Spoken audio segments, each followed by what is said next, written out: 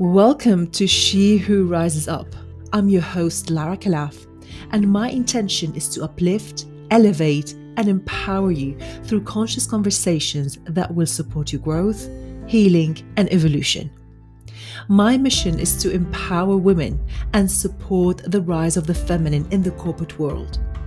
My favorite quote is, "She remembered who she was, and the game changed." And this is my desire for you ladies to remember who you are so you could change your game. Please come in and join me. This is your podcast. Ladies, sisters, welcome back to another episode of our podcast, She Who Rises Up. I'm delighted to be here with you. How are you, my love? How are you? I hope things are unfolding for you the way they are supposed to be unfolding. I'm in Madrid, by the way, which means that you might hear my dogs in the background, wanting to also participate here. And also I'm in the middle of a deep integration phase. After I spent 10 days secluded in a monastery up the mountains and living an extraordinary adventure where I was deepening my studies and commitment on the path of the medicine women with 12 other extraordinary women where love, magic, healing, and an insane amount of beauty were driving it all, and it was driving us. I am sure I'm going to be sharing with you more at the right time. But actually, no, let me share something. This is important. Let me share something with you here. I remember when I first learned about this program a few months ago, I was very excited and I knew that was my program. I needed to be there. And as the time was approaching to make a commitment, I started doubting for weeks, literally, whether I should do it or not. And my logic, and this is the key word here, my logic was telling me that if I had the time and the resources to invest in such training, surely I should do it on something that is directly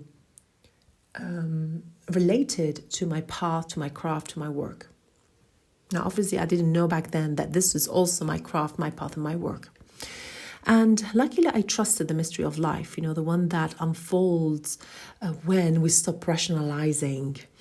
Because this rationalization is exhausting and it's confusing at times, right?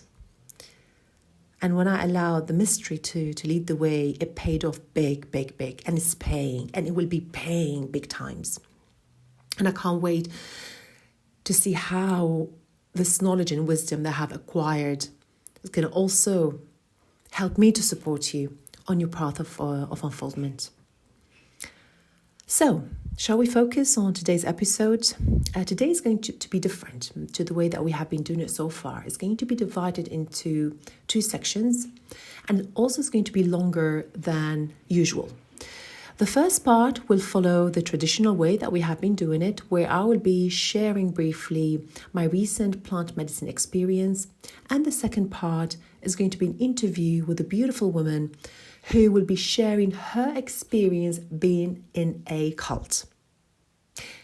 Exactly. This is going to be the topic for today. We are going to be focusing on our cult experience.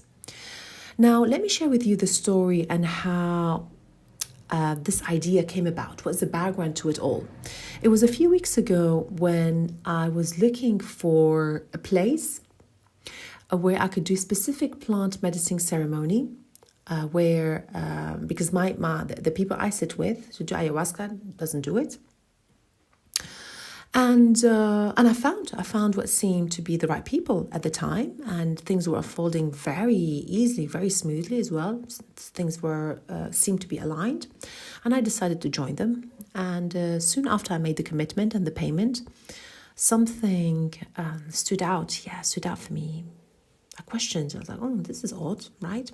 And it was their insistence to prove that I had made the payment when I had already sent them a screenshot of the payment So I'm like, oh, this is very strange. Why they keep asking me that over and over again? But I didn't focus on that too much, and I decided to prepare myself for the ceremony. Now, the trip to get there was a mini pilgrimage, but I'm very used to that. Nothing unusual.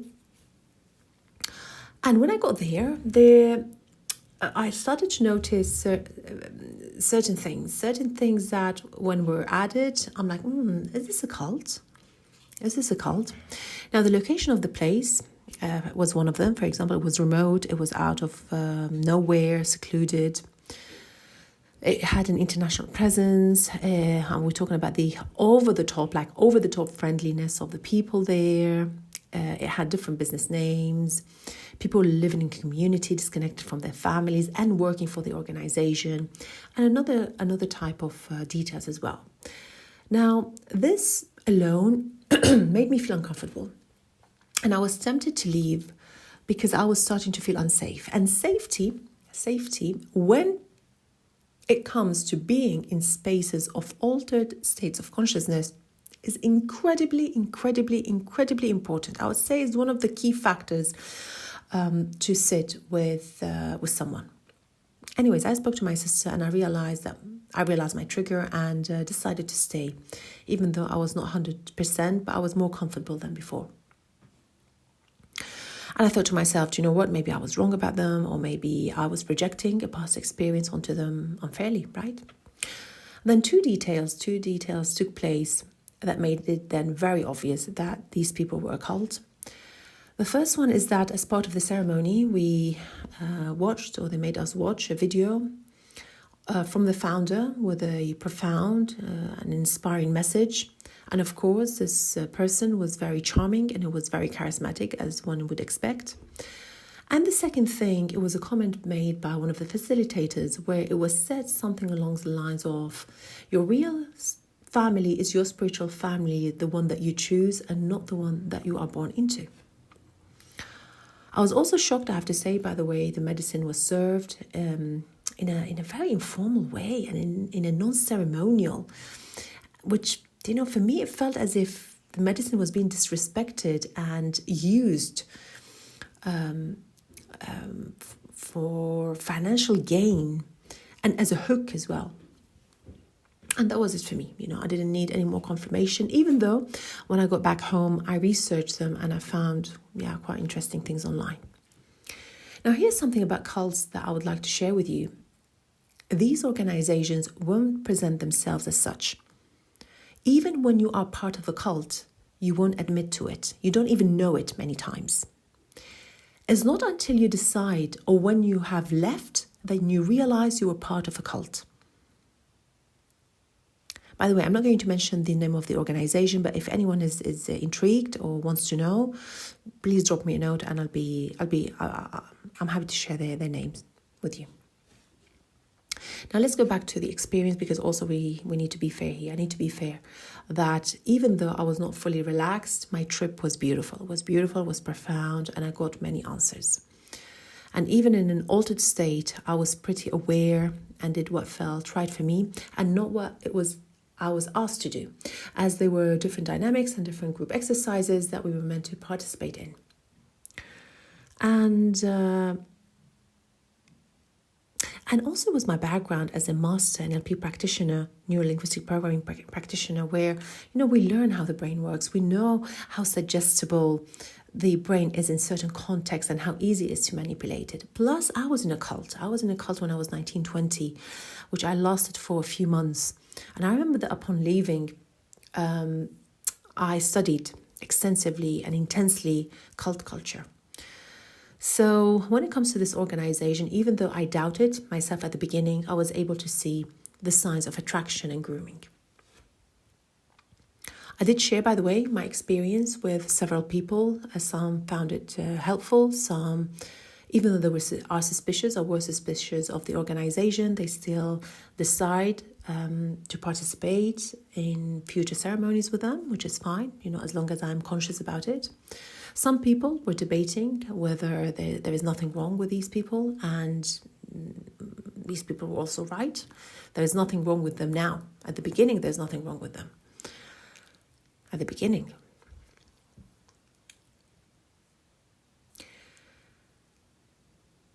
Why am I sharing all this with you, sisters? Why am I sharing all this? Because many of you are opening yourselves up and are on early stages of your conscious and spiritual paths. So, my intention is for you to be aware that behind what it feels like noble intentions or beautiful, trendy, useful experiences, sometimes, not all the time, sometimes they are nefarious agendas driving it. Now, one could say that the world we live in is a massive cult, and I would agree with that, by the way. I agree with that. A couple of final notes before we move on to the second part. The first one is that I have to say that this situation did piss me off. It did upset me. It did make me angry. That even the sacred world of Amazonian plant medicine, in this case, was used as a hook to attract potential new candidates to fulfill the God knows what dark desires of the founder. Now, my second point is that please, let's not confuse cults with other formats and structures that exist to empower, to educate, and to support people. I personally attend trainings, retreats, circles. If a philosophy resonates with me, I take it on board. I sit in ceremony with my ayahuasca tribe. But something that I'm very wary and aware of is that I am not associated to any organization, or I'm not part of any organization. And I want to keep it that way. Okay, so this is it from me. And I'm now going to invite you ladies to the second part of the podcast, where I'm going to be interviewing the beautiful Miranda. I hope you enjoy it. Welcome to the second part of our container, She Who Rises Up. And today I have a special guest with us, and that is Miranda Grace. So, hi Miranda, how are you? Hi Lara, I'm very well, thank you. How are you? I'm very good. This is, we've had some technical issues with the first time we've recorded the podcast. So second time lucky. Yes, absolutely. Second time lucky. So, my lovely women, let me introduce you to Miranda first. Miranda is a cult and narcissistic abuse recovery mentor and body worker. She facilitates embodiment, nervous system regulation, and self-expression through movement and dance. She has been on a spiritual and self-development journey for 8 years, exploring a variety of modalities, including yoga, tantra, process work, somatic therapy, breath work, and more than that. Actually, quite a few more things. She is a former education professional with an MA in education from UCLA. And she has trained with reputable organizations, especially in the Tao Tantric healing work. And this has awakened her body, energy body, and understanding of sensuality and Kundalini. She's currently helping women and couples find their own embodiment and authenticity. And in her early 20s, she was in an abusive, coercive relationship for 3 years. In her mid 20s, while living in China, she had addiction issues. And in her actually early, right? If I'm not mistaken, early 30s, she was in a tantra cult for 4 years. So this is the background of Miranda, and I can't way to explore the conversation that we're about to embark on. So, Miranda, are you ready for this conversation? I'm so ready. Excellent. So, you have been quite active on your social media platforms, especially on Instagram, raising awareness about cult culture. So, my question to you first is what drives you to do so? Primarily, it's my personal experience. So having been in a situation which I initially thought was just a great yoga and tantra class, a cool community, a way to meet like-minded people and find some support on my spiritual self-discovery path. So that turned out to be something very different. So, what it seemed to be initially, 4 years down the line, I realized that I was in a cult, and that my entire perspective, pretty much, on reality, on myself, on spirituality, had been shifted.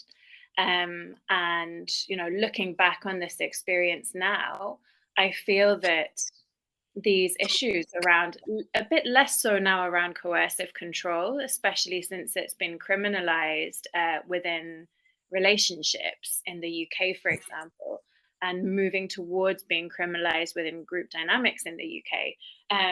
So I think that has come a bit more to the forefront of people's understanding. But I think that coercive control in groups and cult and high control group dynamics is still something that's quite taboo, and that people think, oh, that's something that just happened in the 70s, or that only happens in mid America, and they all wear weird dresses, and so there's this kind of misinformation and slight taboo still around this. So I would really like to to work to dispel that, and for people to have more tools and more information, so that people can have positive experiences in groups, and on this kind of self-development path, which is how it should be. So I hope to use my experience and understanding to help others to seek safely. Amen to that, sister. Amen to that.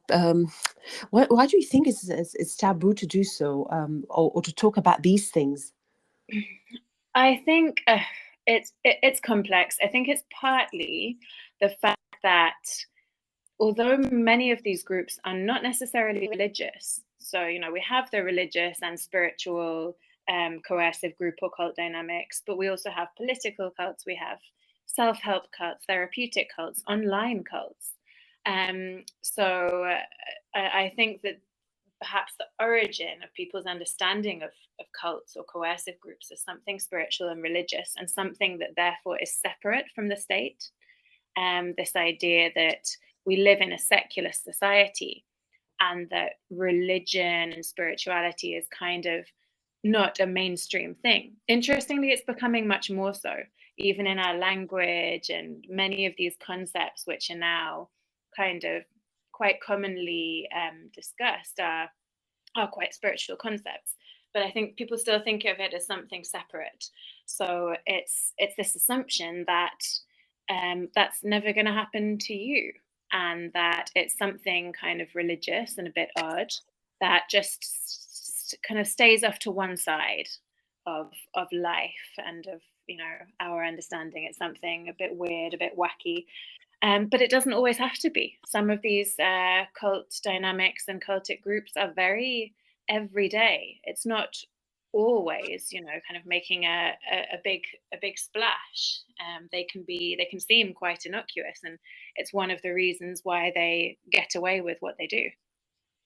Exactly.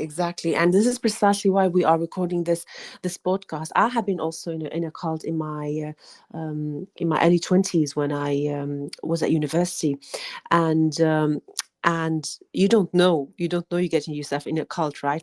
My understanding as well, that these organizations don't present themselves as cults, right? So you don't know you're getting yourself in a cult. You don't know you are inside the cult, and you only know, or you may start to think about the potentiality of where am I once you decide to leave, and certainly once you left, right?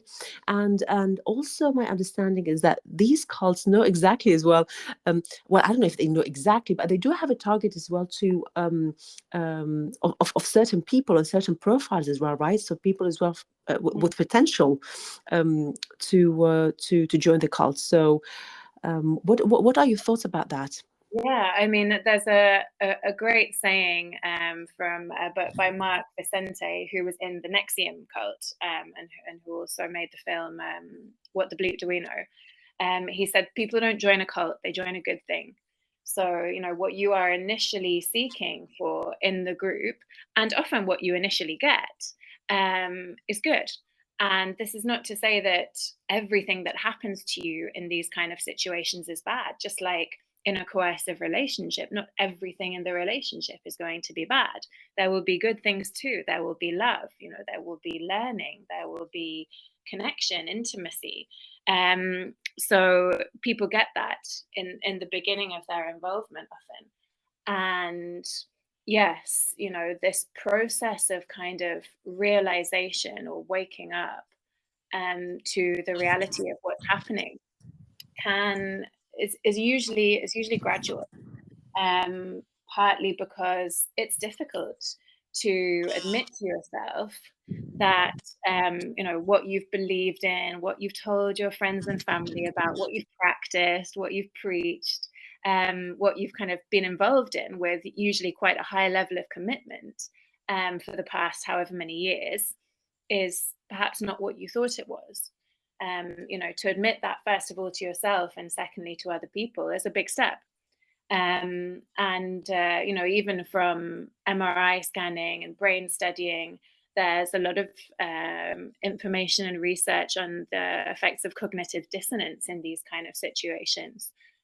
When we are confronted with a new piece of information, or a new understanding, a new story, a new perspective, which is directly in conflict with what we already believe, then there's this process called cognitive dissonance, where it is much more comfortable and much easier for the brain, for the emotions, for the sense of identity and self to stick with what you already know. The new conflicting information cannot be processed very easily. It's challenging on many levels, including for the brain. So this is one of the reasons, again, why people usually, the longer they've been or kind of the deeper they are in, it's difficult to even process physiologically this idea that what you've so deeply believed in and built your life and your belief system, which is something very intimate around, may not be what you thought it is, or may actually even be doing harm. And this is a very interesting point as well, that you've mentioned that they will allure you into joining the cult with something that you need, right? I mean, Yeah. most what you need, and you sometimes desperately need, because they will be providing you answers to some of the some of the questions, some of the challenges that you're going through. I mean, I remember that when I joined mine, it's because I was a seeker. I have been a seeker of my entire life, and when I had the opportunity to dive deeper into that, I found this organization that they were giving me some of those answers that I was missing, and it was so enticing, and it was so kind. And I remember, Miranda, that during that time of my life, I was deeply excited to be going to the meditations and to be in community with them. I was still living at home because I only was there for a few months, and but it was, quote unquote, quite a happy moment in my life. So I remember that very clearly, and I remember that my friends used to tell me, Lara, be careful, are you sure this is not a cult? And I'm like, no, they're very kind, they look after me, this is all about, the beauty and whatever we were doing. It was such a beautiful time, I remember. And Yeah. but then the process of indoctrination had begun already, but luckily, I was able to get myself out of it pretty quick, and it was quite drastic as well. So we'll get to that as well, because I'm very interested to know first about your story, and what can you share with us in terms of your cult experience. Yeah, well, I mean, first of all, I'll just second what you've said in terms of um, when I first got in, it did improve my life in many ways. Not necessarily the group or the group dynamics, but the practices, and having a belief and having a supportive community can be helpful in the beginning. So, many of my friends saw me seemingly being happier. And of course, the way that I spoke about it, because you're very much encouraged in these kind of cultic situations to um, speak very positively about it to your friends, and the way that they talk about it and the influence it's had on their lives is always kind of very shiny and very positive. And now I come to see that as a red flag. If anyone who's been involved with anything for many years describes it as all good, usually that's it does, there's something not quite real, not quite honest about that. But yeah, you know, there were good things there, and I certainly would have seemed happy in the beginning. So, you know, I started off by I was a seeker, and I'd done my yoga teacher qualification. I had done a short course on Tantra and found it really helpful, really beneficial, challenging, you know. It was challenging, but as seekers, kind of naturally, but also as part of the narrative of seeking, which I'm not entirely on board with, but you know, that's a bit of a separate subject. But Yes. there is this sense within yourself, and also this narrative of pushing yourself, you know, to do things which confront your kind of comfort levels and take you out of your comfort zone and into growth. Which can happen, but it also leads to people ignoring their boundaries, which is not a good thing. But you know, I was really actively seeking, and I found just through a Google search this Tantra yoga class in London. And on the website, it all looked very above board. You know, they were speaking about white tantra, they were speaking about yogic practices, speaking about the chakras, all things that I could relate to, nothing kind of neo-tantric or overtly sexual. So I felt comfortable with the way that they were presenting and with their crowd facing aspects. Now, what went on the deeper that you went into the group was something very different, which again is part of this deception of these groups, that what they present you in the beginning is often the good stuff and the palatable stuff, and then kind of as you get deeper, things get more sinister once they've already got your buy-in. Um, so you know, it started off with just being this involvement in this class and this group, and then through involvement with different groups, they had this kind of mixture of belief systems which made it very appealing. So they had, well, there's some reverb there.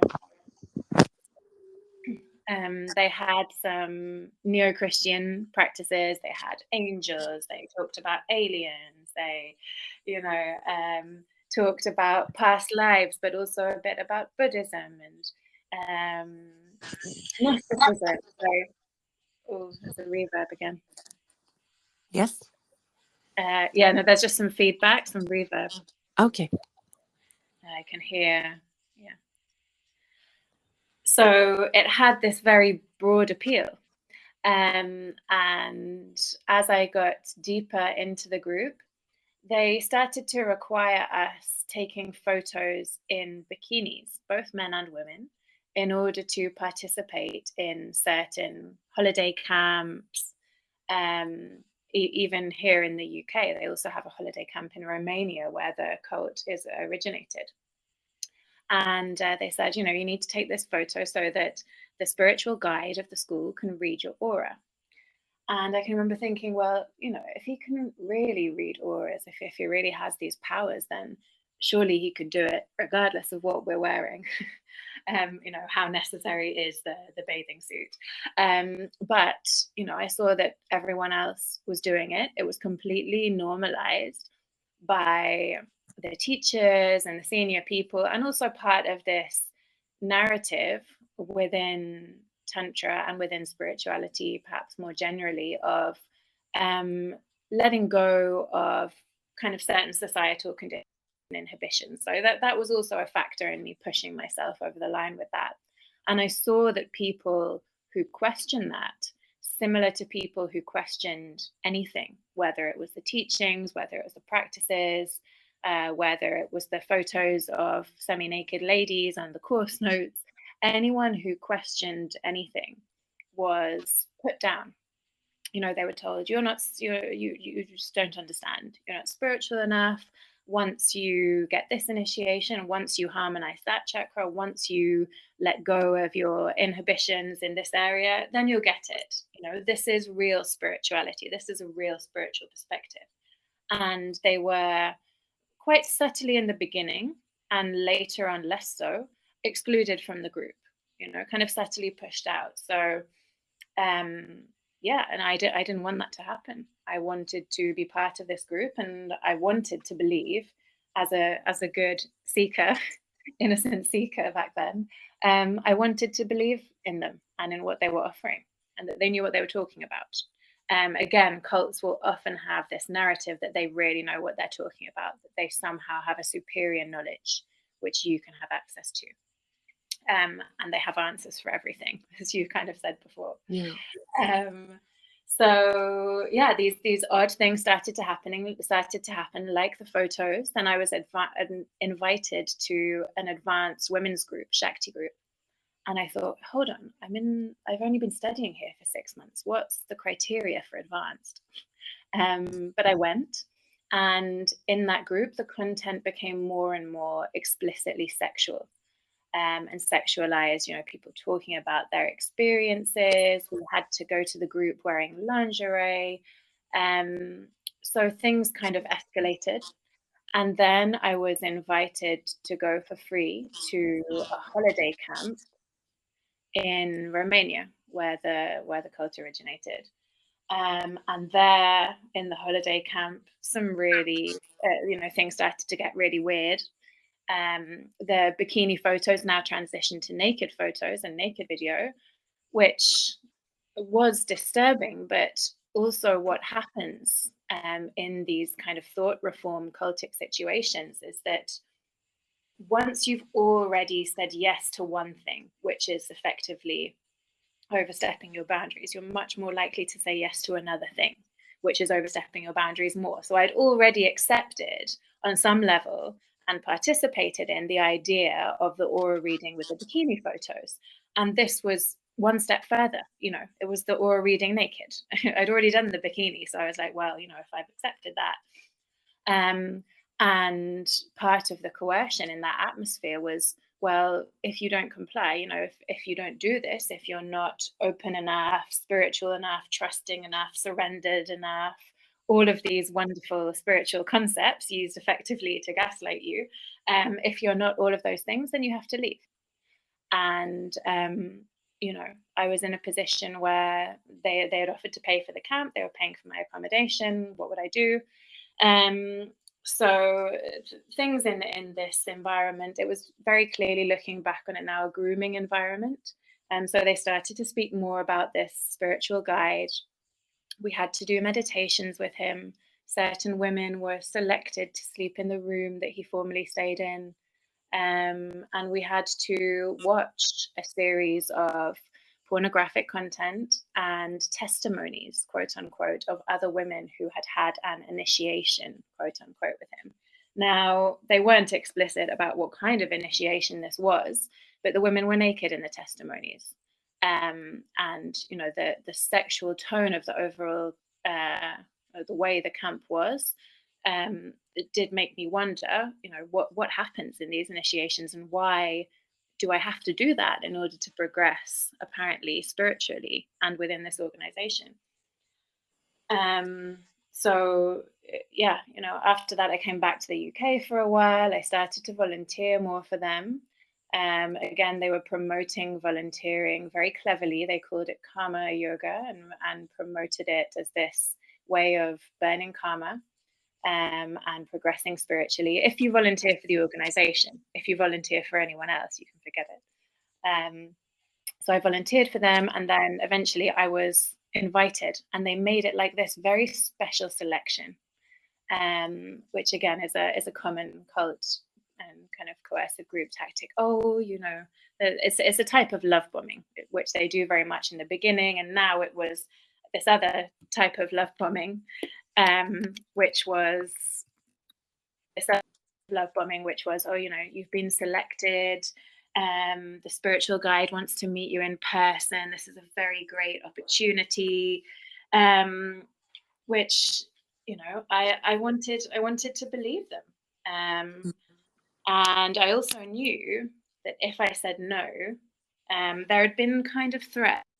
They said if you say no, if you don't go through with it, it means that you're superficial and you're not ready for this spiritual path, and things will go wrong in your life. But if you do go through with it, your body will transform, and your breasts will grow, and all your chakras will awaken, and you'll get rid of trauma, and you'll burn karma, and you'll have these amazing spiritual experiences which will then stay with you.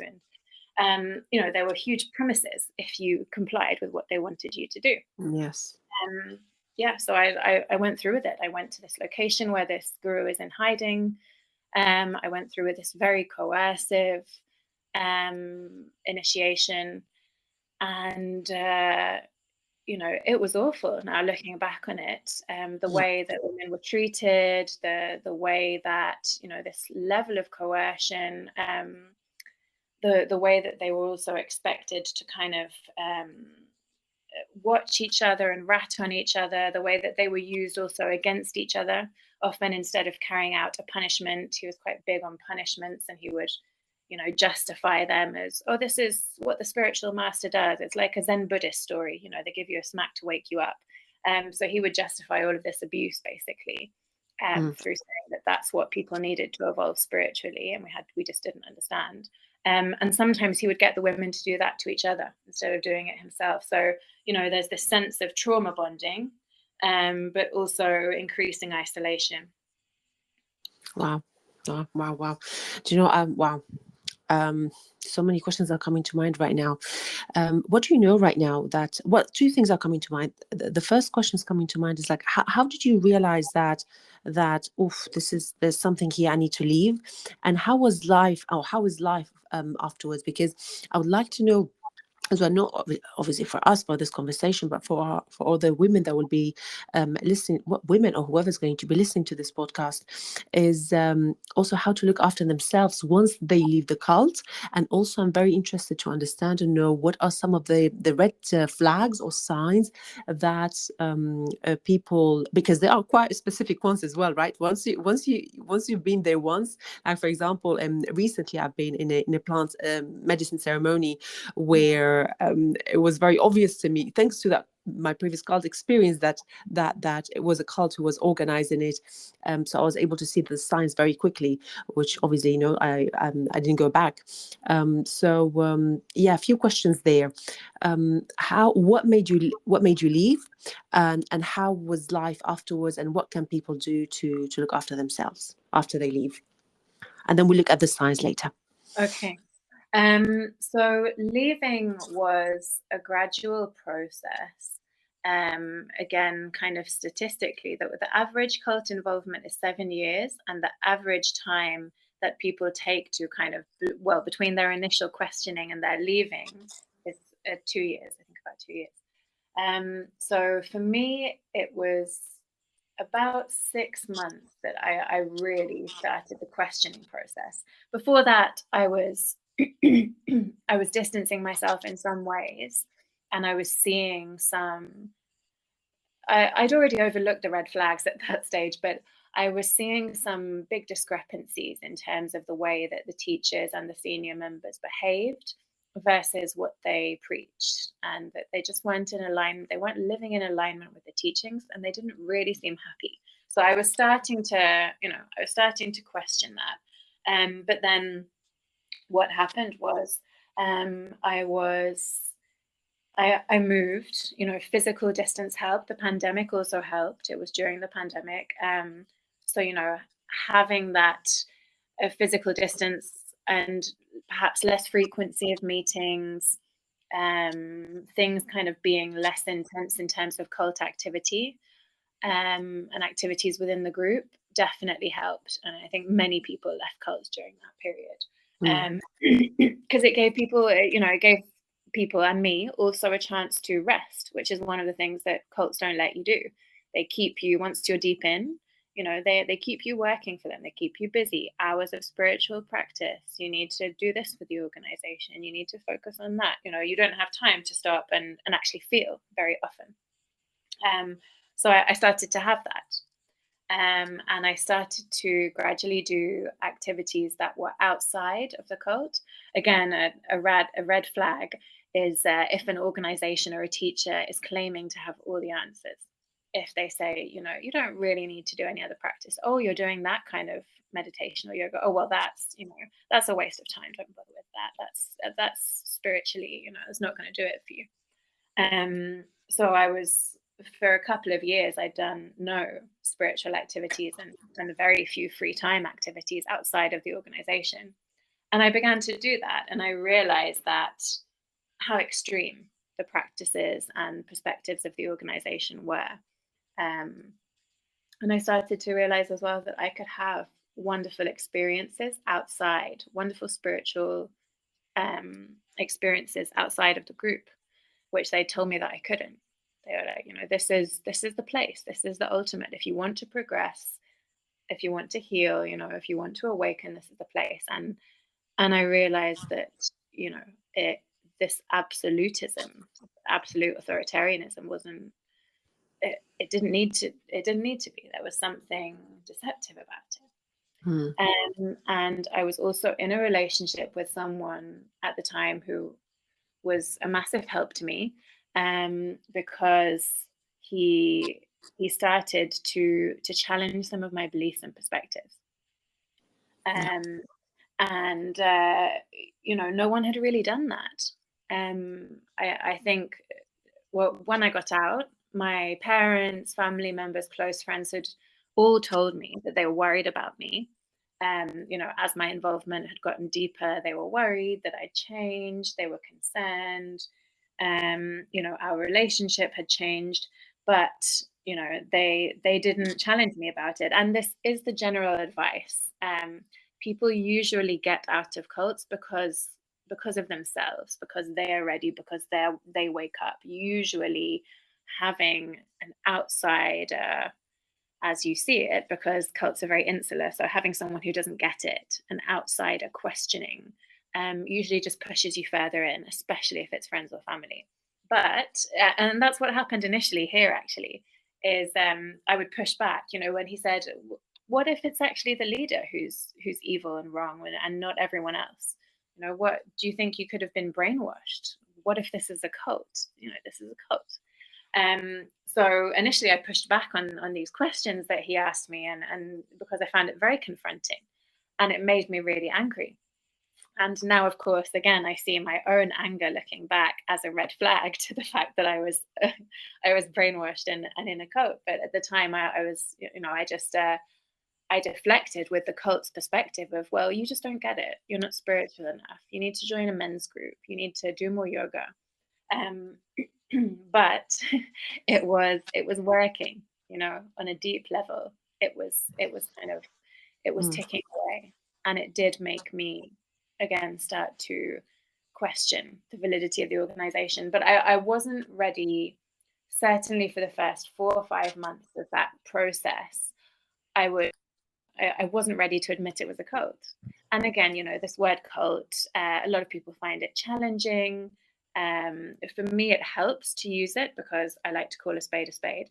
And I also use that word when organizations are doing damage, as this one certainly is, and involved in activities which are illegal and which are hurting people. But it's just a label. But I certainly wasn't ready to accept that label for some time. I could accept, okay, so, perhaps this has some cultic tendencies, or perhaps it's a bit controlling.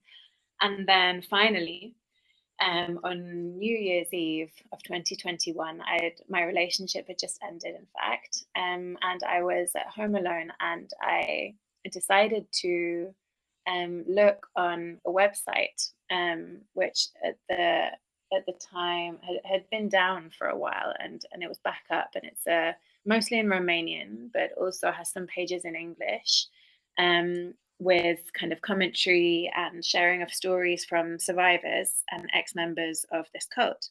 And I saw a video of someone I knew, and I hadn't spoken to her. I knew that she'd left. We'd been in Romania together, we'd been in Paris together, and I thought, oh my gosh, there she is, wow, let's see what she's saying. And her video was incredible. It absolutely shocked me. So she was sharing her experience um, of the coercive initiation in Paris, and she had said no, and not many people say no.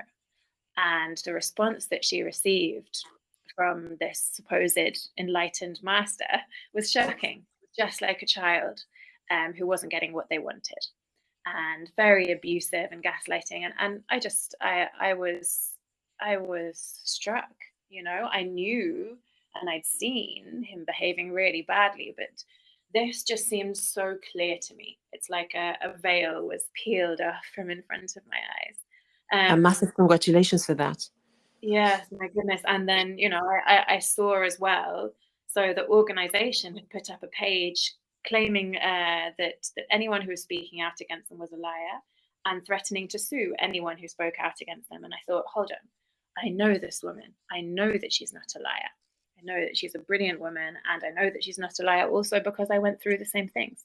And I said, if they're a spiritual organization, supposedly, which is not even keeping to basic spiritual principles like nonviolence, like truthfulness, and treating people who are just sharing their stories as they should have a right to do in this way, I cannot be involved with it anymore. So that at that point, I made the decision very quickly. That was it. Amazing. So I remember when I left mine, again, after giving me so many answers and I'm feeling good and everything else, I remember that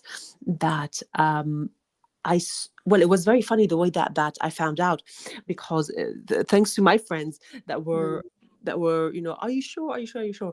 And I remember one time going to the library, and call it divine intervention or call it whatever you want, intervention, I saw a book that it was titled The Most Dangerous Organizations in Spain, and I'm like, do you know what, I'm going to prove to my friends that this is not a cult.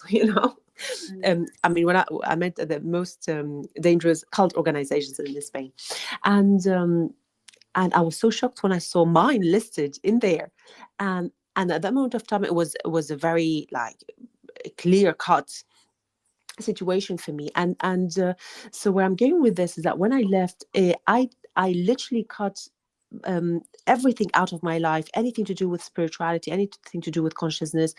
I left it as like, I can't deal with this now. Of course, this could be my tendency of black and white kind of mentality. It's either in or nothing, or Yeah, but no, this apart is from very that. common. This is Is very it? common. Okay. Excellent. So that's what happened, and in fact, it took me about 15 years to go back. Well, to go back, to walk the consciousness path, and I'm very wary right now. That's the reason that I don't follow organizations. I'm not part of any organizations. Even I have an issue calling somebody a teacher, right? Because I think we're all teachers and students at the same time. And even words such as chakras, they still triggered me until now, because that is how, that is the kind of information I was learning back in the days. I mean, luckily, when it comes to meditation, I've made peace with that, and I made peace with a lot of things that are beautiful. Here's something: is that some of the things that are offering are really high level, beautiful practices that they're using to from a coercive perspective, from a controlling perspective, but they are beautiful practices. So here my message as well is that these practices are stunning and these practices are beautiful if you resonate with them, of course. That my intention, or our intention, to record this podcast is to share the dark side of spirituality, and this could be one of the dark sides. I don't know if what are the other dark sides, but this is certainly is one of the dark side and dark aspects of spirituality and the consciousness path. And whether you believe that things are meant to be or not, we would like to raise awareness and to say, hey, the consciousness path is beautiful, the spiritual practice is beautiful. This is really, it's a beautiful, and I say beautiful, and I really truly mean it, way of enhancing your life at so many deep levels. But be careful. Be careful.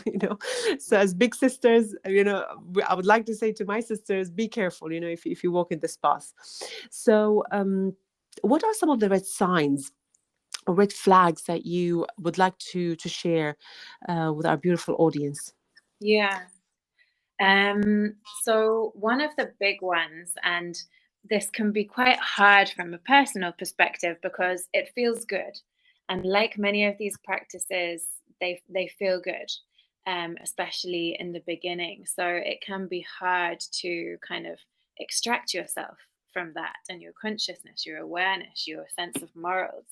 Um, but the love bombing. So, when you go to these places that really want you to join, they will often make you feel very good about yourself, make you feel very welcome there. Perhaps, like in my organization, they'll give you very long hugs, release lots of oxytocin. They'll claim that this is your new family, that you're safe here, you're accepted. The space will be welcoming. The teachers might give you a lot of attention, a lot of praise. So, this love bombing is one of the ways that people get pulled into coercive situations, whether it's one-on-one or whether it's a group situation. Um, so that's a big one. Mm. If they have an authoritarian leader, they won't always be frank or kind of open about this. Certainly in my organization, for most people, they didn't even find out about the spiritual guide until the second year of study. But even if they are not transparent about having an authority figure, there will be an authoritarian sense to the teachings, usually without accountability. So anything that you don't agree with, anything that goes wrong, anything that you speak out about as not having felt good or you're not agreeing with, is reflected back onto you. That it's your fault, it's your limitation. Group members, and this kind of ties into people who go deeper in group members never being good enough or feeling they're not good enough. So again, this can be quite hidden in the self-development world and in our world in general, because many people do have this sense that they're not good enough. But within these spiritual organizations, there's often a combination of the spiritual ego, which is the most dangerous form of ego because it doesn't think it exists. It thinks it's transcended itself. So the spiritual ego of, we're somehow the best, we're the elite, we're the chosen ones. This is the best practice. We know more than, the normies, the ordinary people. Our teachers, our leader is great, combined with also this sense that they are never quite enough. And one of the things these organizations do is they constantly dangle a carrot ahead of you. Once you've completed, this spiritual practice, then you'll be better. Once you've, had that initiation and that mantra, then you'll be able to overcome your anxiety. Once you've, let go of this limiting belief around your sexuality, then you'll be free and you'll understand what the leader does. And there are these constant carrots dangled, which make people feel pretty like they're never good enough, but also like the group will make them good enough. The group has all the answers. The group is always right. And this kind of obsessiveness, whether it's regarding the group, the leader, or the practice. Again, you can look at the people who are deep in, who've been going for a long time, or the teachers. Is there an obsessive quality? Do they spend a lot of time there? Do they have rich and varied lives? Do they spend time with people from outside the group? Do they still have day jobs? Do they still have normal activities? Is there this kind of hyperactivity and obsessive focus around the group? And also the sense that anything that they do or that the leader does is justified. No matter what it is, it's always justified. And it's part of this coercive kind of cultic philosophy that the ends always justify the means, which is, again, often used as an excuse for abuse. Yeah. And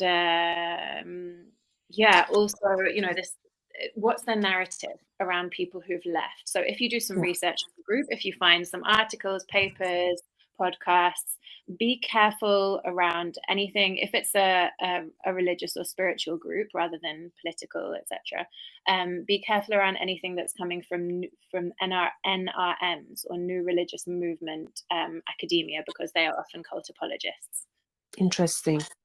But other than that, do people who've left the group speak out against it? Because if they do, speaking out against these groups is not an easy thing to do.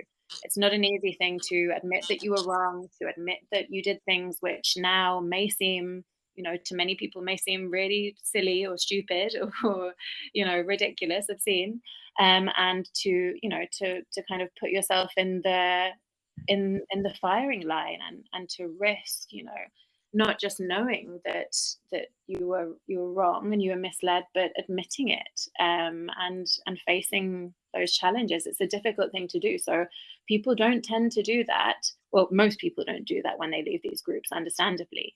They don't want to be threatened with being sued, etc. But if they do that, it really shows that something was wrong.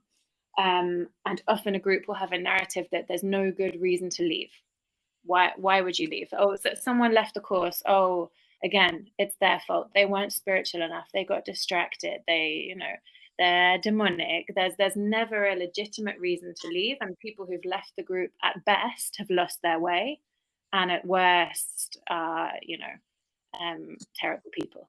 Yeah, there are a few more red flags as well that I'd like to share, and that is as well through my own experience, and that is the different names that sometimes they use. Yeah. In the way they describe themselves, so different businesses within the same business. That was one red flag. Also a red flag from this recent plant medicine experience, and how I knew that that knew how there were the red flags that I experienced. So the different names, they had their own currency. They people were working for them. They seemed quite disconnected from the rest of the world.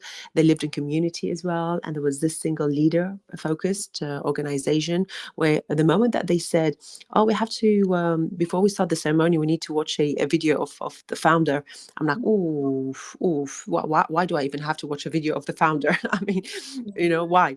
So that was for me a red flag. And also the language. I remember that when they said something like, your real family is your spiritual family, the family that you choose, and not the one that you are necessarily born into. That was for me a massive red flag as well. So and as overly friendly as well. That's a one that you've mentioned, and this is a very good point as well to Google as well, right? To Google the organizations, and again, not everything that is related to spirituality have bad intentions or have dark intentions. There are so many beautiful people who are sharing wonderful wisdom, and they're there for wonderful reasons. Having said that, as we mentioned before, it's something to be mindful of more than anything. Absolutely. And I think kind of trusting your gut when you go into Yes. these situations. I think one of the factors for me and for many other people was the sense of lack going in. The sense that I needed the answers, and that there was a spiritual authority of some sort who could give them to me. So going in from this place, I think made me much more vulnerable, and much less likely to trust my gut and myself. Yes, yes. So Miranda, before we start wrapping up, is there anything else that you feel that we need to talk about, or you would like to share before we close this container? So I think if anyone feels concerned about a group that they're in, or has had an experience with one of these groups, something that's really important is to spend some time, have some distance, and spend some time deconstructing the experience. So what can happen is that if we don't give ourselves time to look at what happened, and to kind of work through that experience and claim our thinking back, claim our mind back. Usually pausing the practices is a good idea if you're questioning a group or if you're leaving one, because the practices can have associations, And what often happens when people leave is they find it difficult to return to these practices, which is very sad. And it's a big challenge of all of this, which I would really like to see stop. But yeah, pausing the practices and spending time reconnecting to who you were before. What were your interests? What were your activities? And just challenging yourself. For me, really deliberately challenging myself to do things that I was told were unspiritual or low vibration or whatever when I was in the group, to do things differently, to challenge the belief system that had been enforced on me over time, and that I'd bought into. That really helped, I think, even in terms of my brain, to create new neural pathways, because one of the things that can happen in these group and coercive situations is the two hemispheres of your brain just neurologically stop working so effectively and efficiently.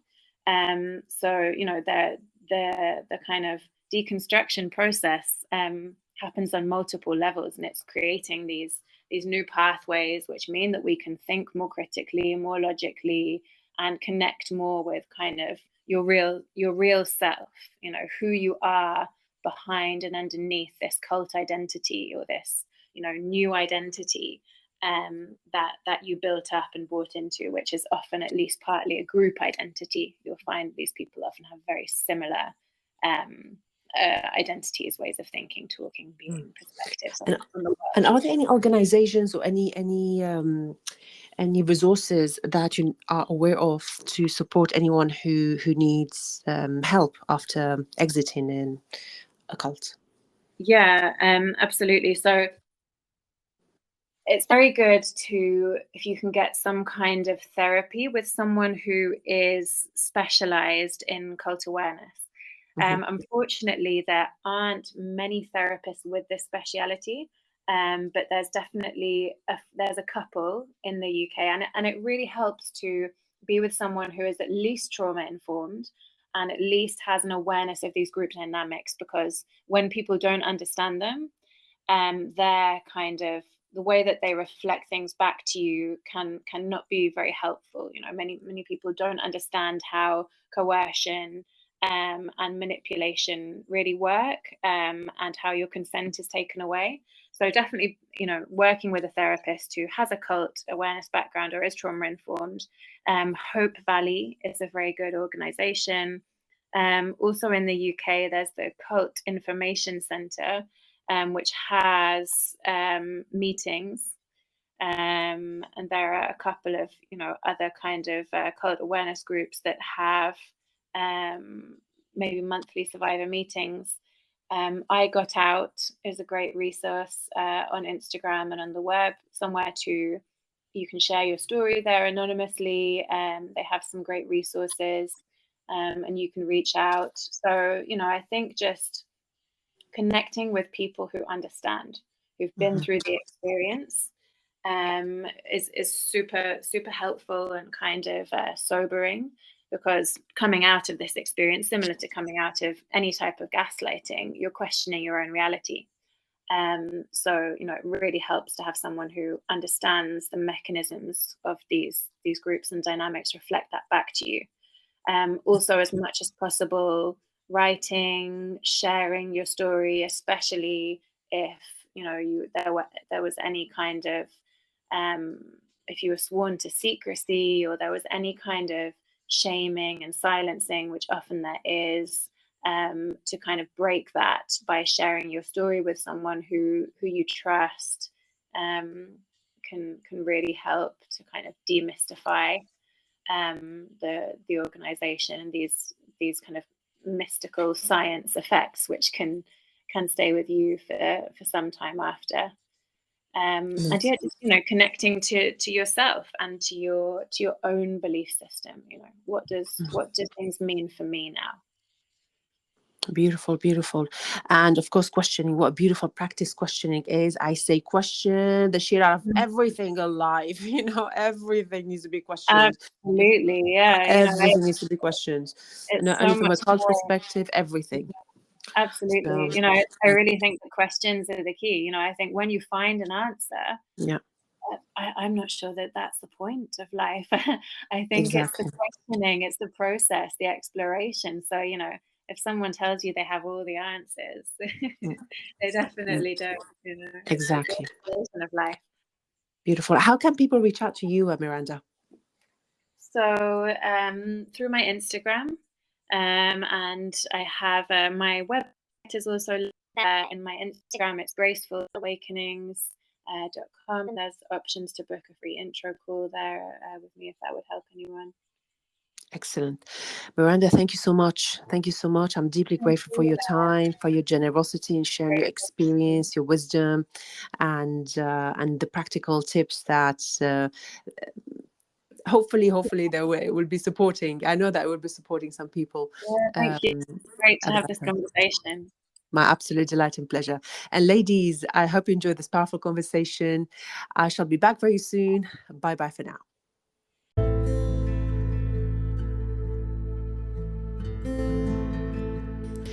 That's all for today, ladies. Thank you so much for joining this space, and I truly hope you found it insightful.